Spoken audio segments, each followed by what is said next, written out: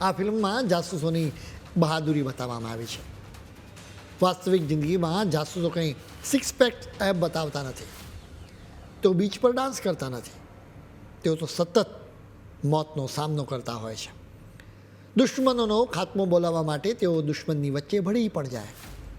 જો ખરી ઓળખ પુરવાર થઈ જાય તો તેમના પર આભ તૂટી પડે. એ પછી જે અત્યાચારો સહન કરવા પડે એની કલ્પના પણ કરવી મુશ્કેલ છે. આ ફિલ્મોમાં ભારતના એજન્ટને કઈ હદે ટોર્ચર કરવામાં આવે છે એ બતાવવામાં આવ્યું છે. આ ફિલ્મ દ્વારા મેસેજ આપવામાં આવ્યો છે કે પાકિસ્તાન તો બીજા નંબરનો દુશ્મન છે. નંબર 1 દુશ્મન તો આપણા દેશમાં બેઠેલા કેટલાક ગદ્દારો છે. આ જ ગદ્દારોને અત્યારે ધુરંધર ફિલ્મની સામે વાંધો છે. આ લોકો કહે છે કે પાકિસ્તાન પ્રત્યે આટલી નફરત ન ફેલાવો. તમે પાકિસ્તાનની ફિલ્મ જોઈ લો, એમાં ભારતની વિરુદ્ધ કેટલું ઝેર છે એ પણ જુઓ. આ લિબરલ ગેંગ ખૂબ જ ઝેરી છે.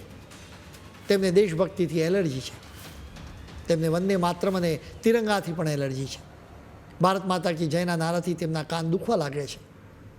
જો કે કોઈ આતંકવાદી અલ્લાહુ અકબર કહીને નિર્દોષ હિન્દુને ગોળી મારે તો આ લિબરલ્સ ગેંગ તેનો બચાવ કરવા લાગે છે.